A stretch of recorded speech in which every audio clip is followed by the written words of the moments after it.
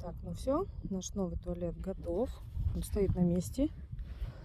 Ренат с папой поставили его. Все, можем новеньким пользоваться.